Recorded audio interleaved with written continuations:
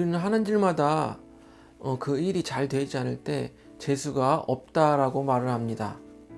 그리고 또 젊은 사람들은 하는 일마다 잘 되지 않을 때에 똥손이라는 표현을 사용하기도 합니다.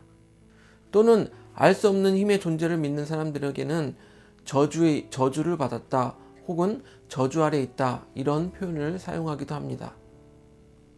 우리 모두 행복하게 다 잘 살면 좋은데 왜 저주받은 삶 같은 그런 것이 존재할까요? 도대체 저주는 어디에서 왔을까요? 그 저주의 시작이 어디서부터인지 한번 생각해 보기를 바랍니다. 그러기 위해 오늘은 최초의 사람이라고 말하는 아담에 대하여 이야기를 나누고자 합니다.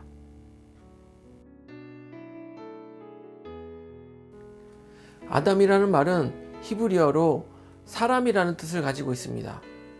또한 다른 뜻으로 흙, 티끌이라는 뜻도 가지고 있습니다. 그래서 하나님께서 사람을 만드실 때 흙으로 만드셨다라고 합니다. 그래서 그런지 동서양을 막론하고 사람이 죽으면 흙에 묻혀서 흙으로 돌아가는 것이 너무나도 신기하게도 같은 모습을 보이고 있습니다.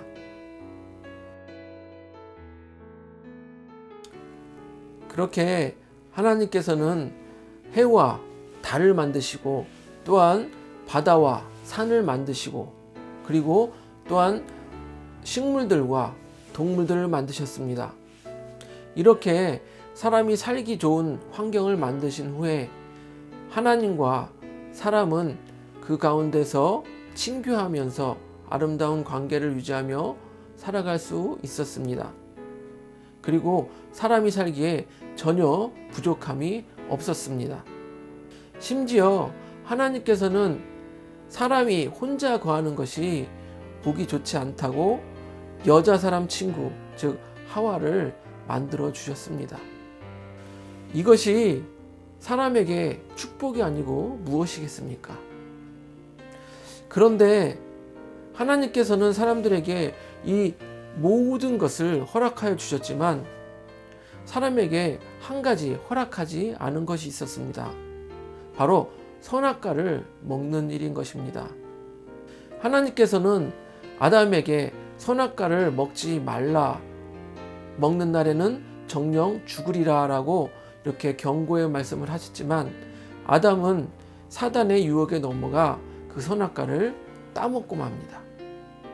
그 선악과를 따먹는 행위는 하나님의 말씀을 거역한 것뿐만 아니라 더 나아가서는 자신이 하나님보다 높이 서고자 하는 교만의 마음이 담겨 있는 것입니다. 그래서 아담을 통해 우리 사람에게 저주가 들어오게 된 것입니다.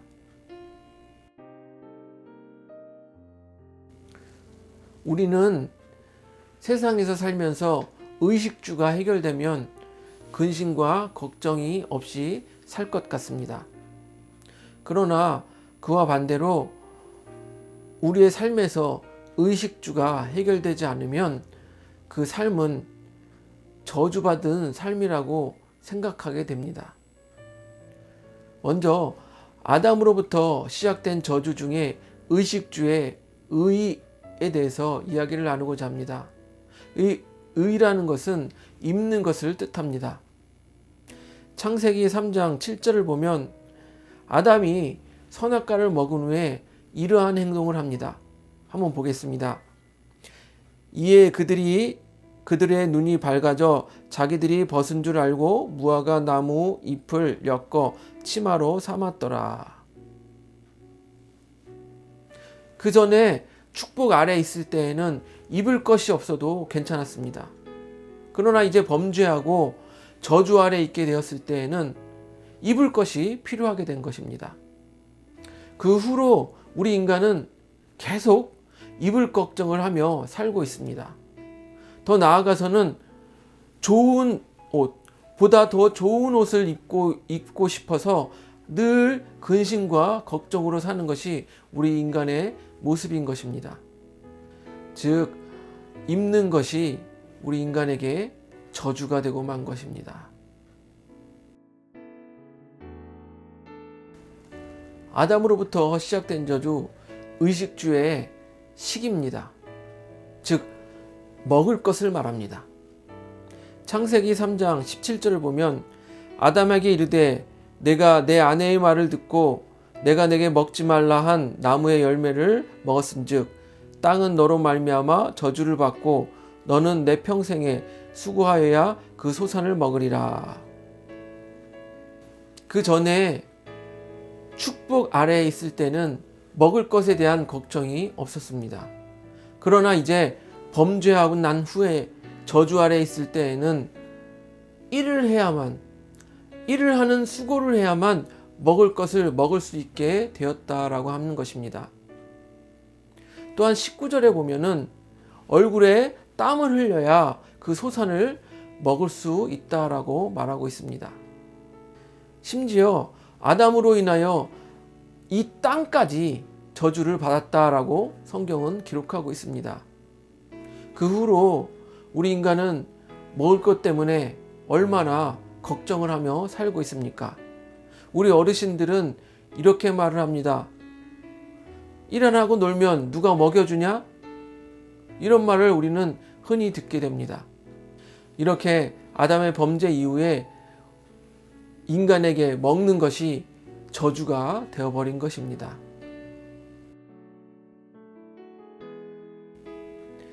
아담으로부터 시작된 저주, 의식주의 주입니다. 주라는 것은 살 곳, 살 집을 뜻합니다. 창세기 3장 23절을 보면 여호와 하나님이 에덴 동산에서 그를 내보내어 그의 근원이 된 땅을 갈게 하시니라. 그 전에 축복 아래 있을 때는 하나님께서 만드신 에덴 동산에서 평안히 살 수 있었는데 이제는 범죄한 후에 저주 아래 놓이게 되니 그 에덴 동산에서 쫓겨나게 된 것입니다.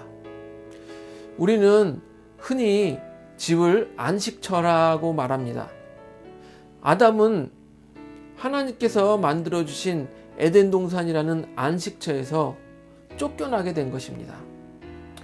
그 후로 우리 인간은 집을 갖기 위해서, 집을 사기 위해서 얼마나 근심을 하고 살아가고 있습니까? 지금 우리의 삶은 집을 가지기 위한 모든 과정이 저주스러운 삶이 되어버린 것입니다. 만일 최초의 사람 아담이 범죄하지 않았다면 저주가 우리의 삶에 들어올 수 있었을까요? 하나님께서는 그렇게 저주 아래 살고 있는 우리를 그대로 내버려 두지 않으셨습니다. 우리를 위하여 두 번째 아담인 예수님을 우리에게 보내주셨습니다. 예수님께서 우리를 대신하여 십자가에 달려 죽으심으로 말미암아 우리는 저주 아래서 해방되게 된 것입니다.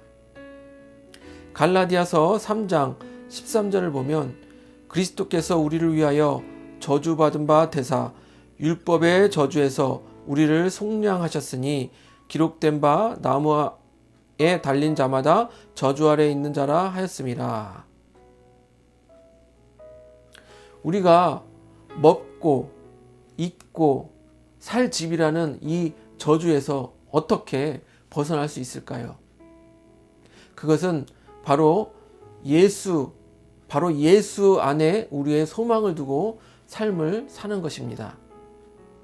그것은 바로 예수 그리스도의 십자가에 우리의 소망을 두고 사는 것입니다. 우리가 세상에 살면서 먹을 것에 또 입을 것에 또 살 집에 소망을 두고 사는 삶이 아니라 오직 예수 그리스도의 십자가에 소망을 두고 삶을 사는 것입니다. 우리 이 생각을 가지고 함께 찬양하도록 하겠습니다. 그리고 각자의 자리에서 기도하시기를 바랍니다.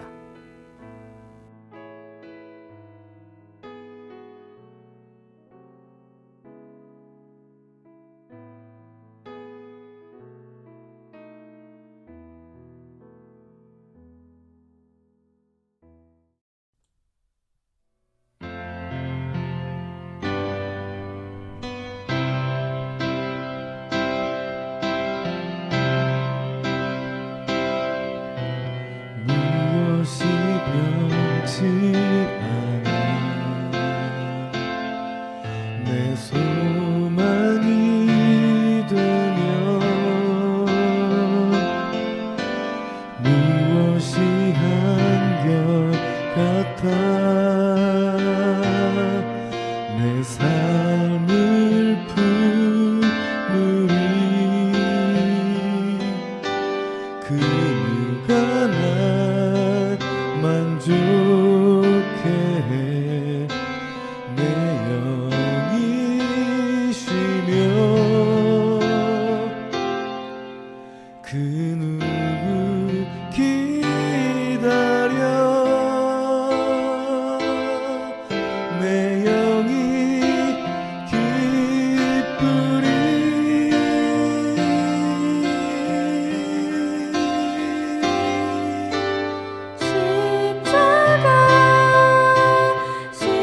십자가 그 그늘 아래 내 소망이 있네.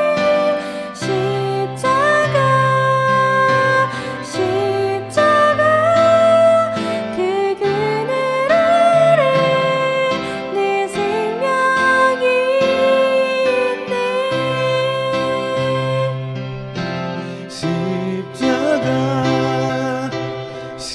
십자가 그 그늘 아래 내 소망이 있네.